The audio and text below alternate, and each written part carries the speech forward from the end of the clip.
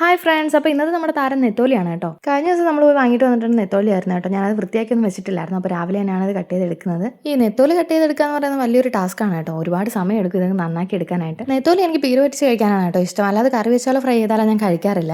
അങ്ങനെ എന്തായാലും നെത്തോലിയെല്ലാം ഞാൻ കട്ട് ചെയ്തെടുത്തു. ഇനി നമുക്ക് ഇതൊന്ന് പീര വറ്റിക്കാം. അപ്പോൾ അതിന് വേണ്ടിയിട്ടുള്ള ഐറ്റംസ് ഞാൻ കട്ട് ചെയ്തെടുത്തിട്ടുണ്ട്. അപ്പോൾ ആദ്യം തന്നെ നമുക്ക് അതിനുള്ള അരപ്പ് റെഡിയാക്കി എടുക്കാം കേട്ടോ. അപ്പോൾ ആദ്യം ഒരു പാൻ എടുത്ത് വെച്ചിട്ട് അതിലേക്ക് നമ്മൾ തേങ്ങയും കട്ട് ചെയ്ത് വെച്ചിട്ടുള്ള ഐറ്റംസ് ഒക്കെ ചേർത്ത് കൊടുക്കാം. ഇതിലിപ്പോൾ ഞാൻ ചേർത്തേക്കുന്ന സവാളയും തക്കാളിയും പച്ചമുളകും ഒക്കെയാണ് കേട്ടോ. കുറച്ച് ഇഞ്ചിയും കറിവേപ്പിലയും. സവാളയ്ക്ക് വേറെ കൊച്ചുള്ളി ആണെങ്കിൽ കുറച്ചുകൂടെ ടേസ്റ്റ് ആയിരിക്കും കേട്ടോ. തക്കാളി പിന്നെ ഓപ്ഷണലാണ്. തക്കാളി ചേർക്കണമെന്ന് നിർബന്ധമൊന്നുമില്ല കേട്ടോ. അത് എനിക്ക് തക്കാളി ഇഷ്ടമായതുകൊണ്ട് ഞാൻ ചേർത്ത് കൊടുത്തേക്കുന്നതാണ്. എന്നിട്ട് ഇതിലേക്ക് ആവശ്യത്തിന് മഞ്ഞപ്പൊടിയും കുറച്ച് പച്ചവെളിച്ചെണ്ണയും കൂടെ ചേർത്ത് കൊടുക്കാം. അതിനുശേഷം ഇതെല്ലാം കൂടെ നമുക്ക് നന്നായിട്ട് കൈ കൊണ്ടൊന്ന് തിരുമ്മിയെടുക്കാം. എല്ലാം കൂടെ കൈ കൊണ്ട് നന്നായിട്ട് മിക്സ് ചെയ്തെടുക്കണം കേട്ടോ. മഞ്ഞപ്പൊടി മാത്രമാണ് കേട്ടോ ഞാനിവിടെ ചേർത്ത് കൊടുത്തേക്കുന്നത്. നമുക്ക് വേണമെങ്കിൽ മുളക് പൊടിയും ചേർക്കാം. ഞാനിവിടെ ഇപ്പോൾ ചേർത്തിട്ടില്ല. ഇതെല്ലാം കൈ കൊണ്ട് നന്നായിട്ടൊന്ന് മിക്സ് ചെയ്ത് കൊടുത്തതിന് ശേഷം നമുക്ക് കട്ട് ചെയ്ത് വെച്ചിട്ടുള്ള നെത്തോലി ചേർത്ത് കൊടുക്കാം. നെത്തോലി ചേർത്തതിന് ശേഷമാണ് കേട്ടോ നമ്മൾ കുടമ്പുളി ചേർത്ത് കൊടുക്കുന്നത്. കുടമ്പുളി ഞാനിവിടെ കട്ട് ചെയ്തിട്ട് അതിനകത്ത് കുറച്ച് ഉപ്പും ചൂടുവെള്ളം കൂടെ ചേർത്ത് വെച്ചിട്ടുണ്ടായിരുന്നതാണ് കേട്ടോ. അപ്പോൾ ഇനിയിപ്പോൾ ഉപ്പ് നമുക്ക് ചേർത്ത് കൊടുക്കേണ്ട. ഉപ്പ് ആവശ്യമാണെന്നുണ്ടെങ്കിൽ മാത്രം പിന്നീട് ചേർത്താൽ മതി കേട്ടോ. എന്നിട്ട് വീണ്ടും ഇതെല്ലാം കൂടെ നന്നായിട്ട് കൈ കൊണ്ടൊന്ന് മിക്സ് ചെയ്തെടുക്കണം. അപ്പോൾ ഇതെല്ലാം മിക്സ് ചെയ്തതിന് ശേഷം നമുക്ക് ഫ്ലെയിം ഓൺ ചെയ്ത് കൊടുക്കാം. എന്നിട്ട് ഇതൊന്ന് നന്നായിട്ട് തിളച്ച് വരണം. തിളച്ച് വന്നതിന് ശേഷം മാത്രമേ നമ്മൾ അടച്ചു വെച്ച് കുക്ക് ചെയ്യാവുള്ളൂ കേട്ടോ. അപ്പോൾ അത് നന്നായിട്ട് തിളയൊക്കെ വന്നിട്ടുണ്ട്. ഇനി നമുക്ക് ഇതൊന്ന് അടച്ചു വെച്ച് കുക്ക് ചെയ്തെടുക്കാം. അപ്പോൾ അത് അവിടെ നിന്ന് സെറ്റ് ആവട്ടെ. അപ്പോൾ ഞാൻ നിങ്ങൾക്ക് പുതിയൊരു ഐറ്റം കാണിച്ചു തരാവേ. ഇതെന്താണെന്ന് നിങ്ങൾക്ക് എല്ലാവർക്കും അറിയാലോ.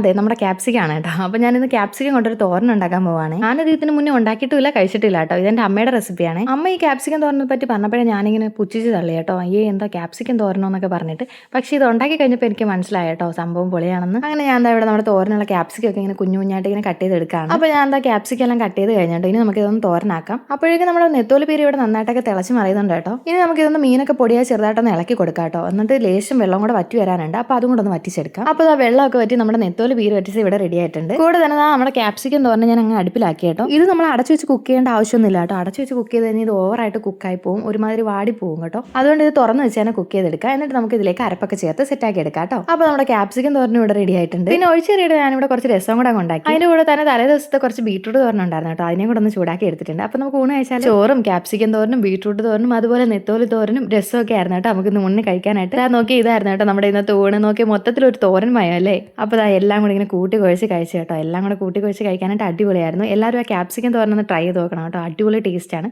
അപ്പോൾ ഇന്നത്തെ വീഡിയോ ഇത്രയുള്ളൂ. ഇനി അടുത്ത വീഡിയോയിൽ കാണാം കേട്ടോ.